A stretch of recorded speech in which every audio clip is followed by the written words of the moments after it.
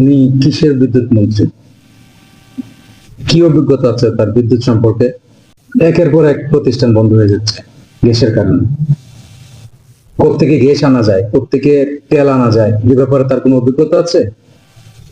সে কি কোনো দেশ থেকে তেল আনার জন্য চেষ্টা করছে? সেগুলো কিভাবে মেনটেনেন্স করতে হয়, কিভাবে বিদ্যুৎ কেন্দ্রগুলো চালাতে হয়, কতগুলো বিদ্যুৎ কেন্দ্র আছে, কি পরিমাণ বিদ্যুতের প্রয়োজন, এই ব্যাপারে ওর বিন্দু পরিমাণ কোনো নলেজ আছে? এই বিদ্যুৎ মন্ত্রীকে বেগম খালেদা জিয়ার আমলে তিরস্কার করা হয়েছিল, আবার সেই অধর্ব বিদ্যুৎ মন্ত্রীকে আবার সেই লোককে আবার তারেক রহমান বিদ্যুৎ মন্ত্রী বানিয়েছে। কোনো অভিজ্ঞতাই নেই।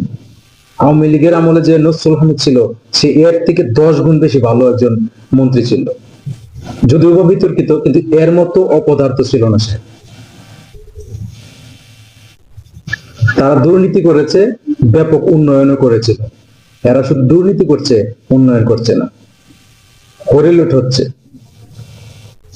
যে সমস্ত চুক্তিগুলো বাংলাদেশের জন্য, বাংলাদেশের স্বার্থের জন্য বিপদ, যে সমস্ত চুক্তিগুলো বাংলাদেশের স্বার্থের সাথে যায় না, সে সমস্ত চুক্তিগুলো তো আগেই বাতিল করার প্রয়োজন ছিল। সেই চুক্তিগুলো বাতিল না করার কারণে এখন এই সমস্যা হচ্ছে। আর সব দোষী গত সরকারের। গত সরকার সবকিছু নিয়ে গেছে, যা করেছে তা তো বাংলাদেশে রেখেই গিয়েছে। আপনারা কি করছেন?